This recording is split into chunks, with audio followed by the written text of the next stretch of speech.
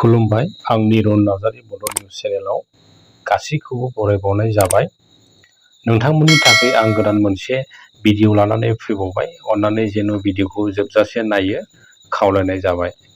आरो चेनेलाव गोदानब्ला अन्नानै चेनेलखौ साबस्क्राइब खालामना हो आरो नोंथांनि लोगोफोरनोबो शेयार खालामना हो, जेन' नोंथांमोननि हेफाजाब मोननानै आं सानफ्रोमबो भिडिअ लाबोनो हानाय बादि।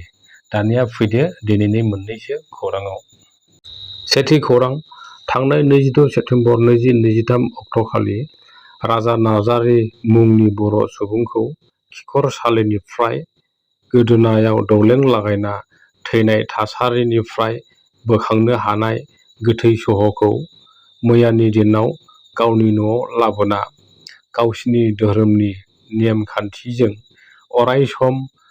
अरायसमनि थाखाय बिदाय होनायखौ खौरां बिजोङाव नुनो मोननाय जादों। खौराङाव मिथिनाय बादिब्ला क'क्राझार जिल्लानि गसाइगावनि सिङाव थानाय सुरिबारि गामिनि बिफा प्रसान्त नार्जारिनि फिसाज्ला राजा नार्जारिया गसाइगाव फरायसालिमायाव BA 5 सेमिस्टाराव फरायोमोन होनना मिथिनाय जादों। राजा नार्जारिखौ दुखुथिया बिमाया बुंथिनाय बादिब्ला राजा नार्जारिया न'खरनि रांखान्थि अबस्थाया मोजां नङिलाय आरो गावनि फंबाय सानैनि थाखायबो जोबोद सिन्था खालामना लोगोसेयैनो फैबाय थानाय बर'दिननि थाखायबो रां नांगौ जागोन मामि होननासो बिमाजों रायज्लायनासो थांदोंमोन गुवाहाटियाव खामानि मावनो। नाथाय फिसाज्लाया थांदोंमोनब्लाबो गोसोआ बांद्राय मोजां मोनखायाखैमोन होनना बुंथियो राजा नार्जारिनि बिमाया। ओरैहाय राजा नार्जारिनि गामियारि सुबुंफ्रा बुंथिनाय बादिब्ला राजा नार्जारिया गाव हारसिङैनो थैनाय नङा होनना बुंथियो।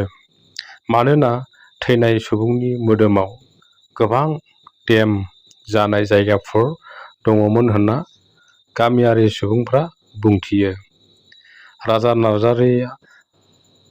नार्जारिखौ सोरबा सिनायमोनि दुथां सुबुंफ्रासो बुथारना गोदोनायाव दौलें लागायना दोनलांदों आरो पस्टमर्टेम रिपर्टखौ मोनब्लानो गोख्रैनो थार बिजिरनायखौ नांगौ आरो सरखारनिसिम बै दुखुथिया न'खरनो सरखारनिफ्राय माबा मोनसे अनसुंथाइनि बेबस्था खालामना होनो खावलायदों गामियारिनि रायजोफ्रा।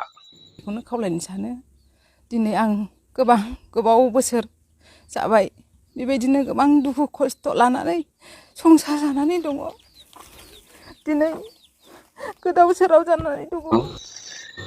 मैयानि खौरां बिजोङाव सासे बर' बिमानि मेगनाव दुखुनि मोदै बोहैनायखौ नुनो मोनदों आरो गाबै गाबै बिटिआर सरखारनिसिम बाथ्रा बुंनायखौ नुनो मोननाय जादों। दिनै गाबोन गोबां मेल मिटिंफ्राव बिटिआर सुक्तिनि उनाव बिटिआरआव सान्थिया फैबाय, गोजोननाया थारैनो फैमारबाय होनना गोबां रायजोफोरनि गेजेराव हरजिखाव बाथ्रा बुंनायखौ ससियेल मिडियाफ्राव नुनो मोनदों। नाथाय दिनैसिमबो एक्स-एनडिएफबिफोरखौ जेलनिफ्राय उदां खालामनायखौ नुनो मोननाय जायाखै।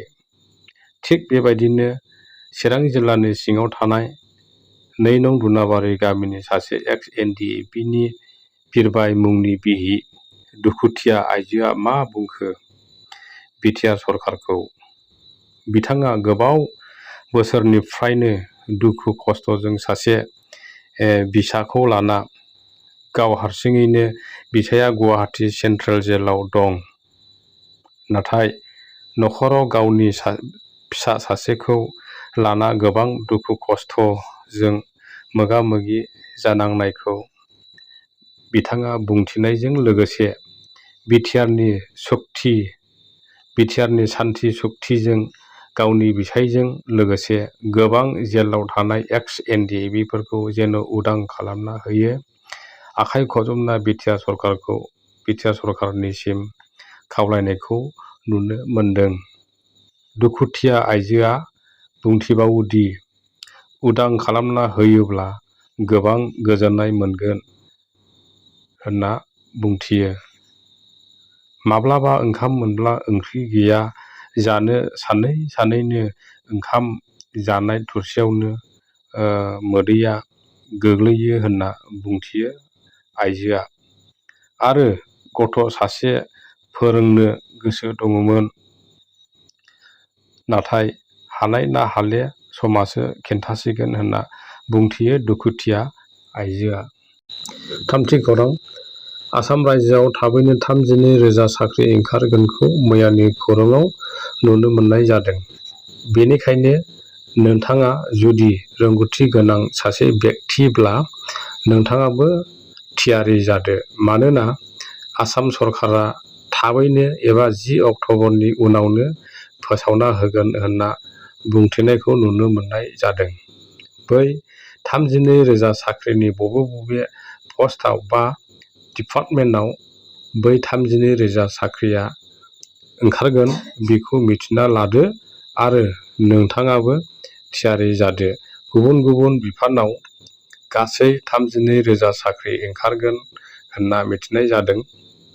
हम डिपार्टमेन्टआव 4,097 मासि, हेल्थ डिपार्टमेन्टआव 5,105 मासि, एजुकेशन बिफानाव 10,299 मासि, PNRD बिफानाव 1,176 मासि, ग्रेड 3 आव 7,073 मासि आरो ग्रेड 4 आव 4,939 मासिखौ थाबैनो आसाम सरकारा फोसावना होगोनखौ खौराङाव मिथिनाय जादों।